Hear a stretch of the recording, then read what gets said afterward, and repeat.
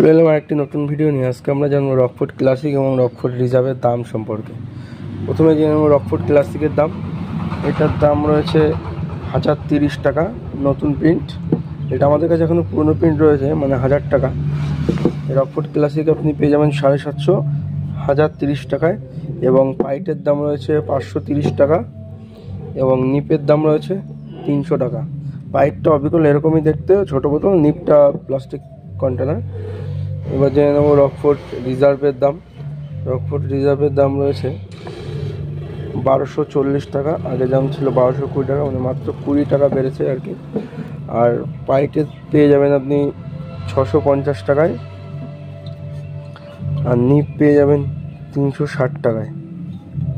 তুলনামূলকভাবে রকফোর্ড ক্লাসিকের থেকে রকফোর্ড রিজার্ভই খেতে স্মুথ হবে, যেহেতু এটা রিজার্ভ। কারণ একটা মদ 12 বছর ডিস্টিল থাকলে তাকে রিজার্ভ বলা হয়।